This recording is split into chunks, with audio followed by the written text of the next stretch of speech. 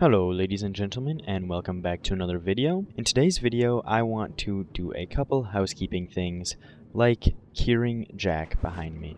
Jack has been dead for a couple episodes now, and I think that he deserves to come back to life real soon. But before I can cure him, I need to clean up this area a little bit because it's becoming a little bit of a mess.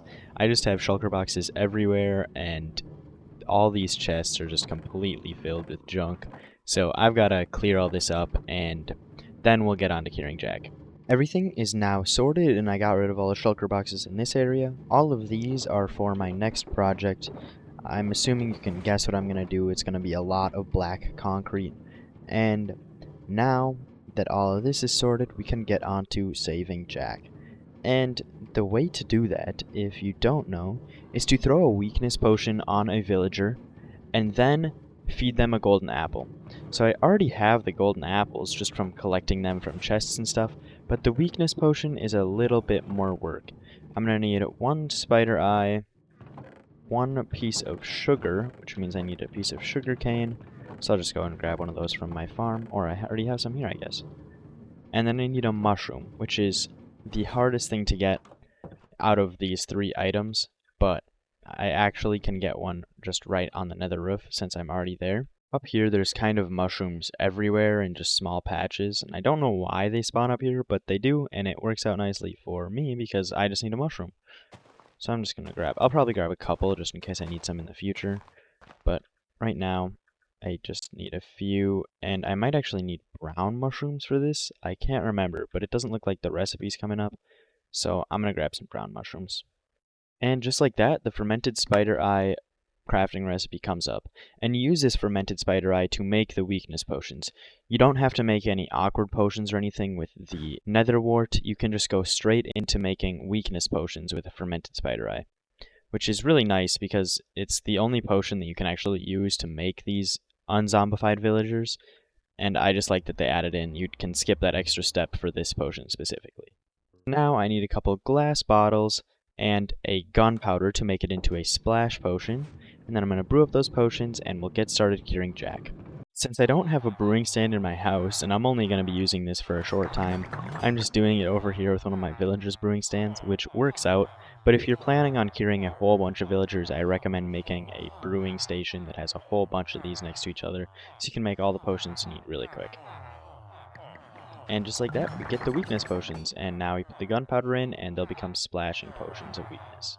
One thing to note again, if you're trying to cure a lot of villagers at once, is that you need to separate them, because if you have a whole bunch of zombie villagers running around together and then you try to cure them all at once, some of them are going to cure before others, and the ones that just got cured are going to be attacked by the ones that aren't cured yet, and then you have a kind of a cycle of zombie villagers attacking each other, and they'll all end up as zombies again.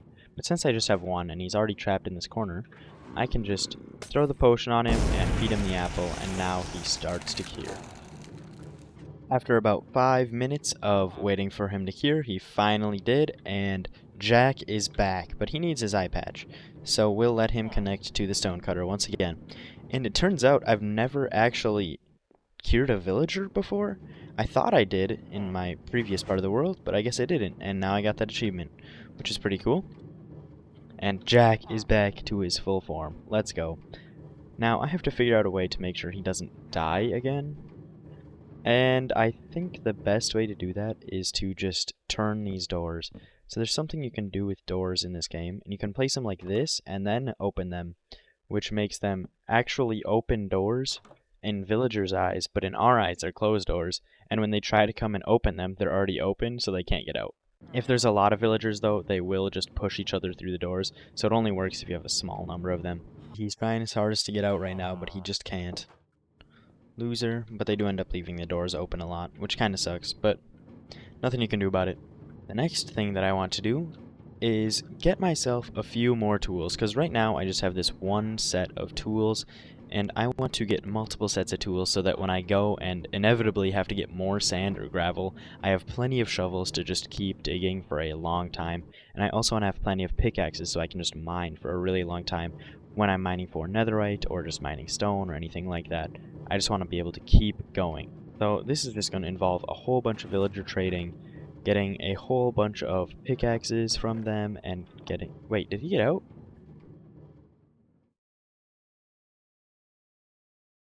Oh my god. He's the Houdini of villagers. I tried. I'm just gonna put these back the normal way then. And hopefully he doesn't die again. If he does, I'll just re-cure him. I don't, I don't know how to keep Jack inside. He's too powerful. Back to what I was talking about before. To get all these tools, I need to trade with villagers a whole bunch using iron and melons and pumpkins and anything else I can trade with. And then I just need to get all the different enchanting books and get all of the different pickaxes and shovels, and then I'll get them all enchanted using the Ender Ender. But that's going to be a long process, so I'll keep you guys updated along the way. The trading is going very well, much better than I thought it would be going, and I already have all the pickaxes and shovels that I'm going to need, and all of the mending books. So now I just have to get the unbreaking books, the silk touch books, and the efficiency books. The efficiency books are going to be a little bit of a pain because they are 64 emeralds each, which means I need 18 stacks of emeralds. But I'll get there, and I just gotta keep trading up until I got all the stuff that I need. I got the 18 stacks of emeralds I need for all of the efficiency books, and now I'm just going to go and buy those really quick, and it's probably going to take me 2 rounds of buying because I can't buy 18 in one shot. And then I'm going to go enchant all of these tools.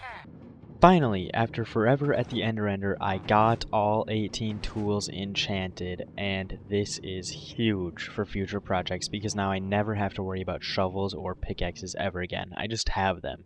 No question. I don't need to go and get more pickaxes or shovels. I should just have all I need for a project. And if somehow I use all 9 of these pickaxes or all 9 of these shovels, then I'll just go and repair them really quickly, and then I'm right back into it right away. So I'm super happy with all of these tools that I have now, and I cannot wait to use them for mega projects.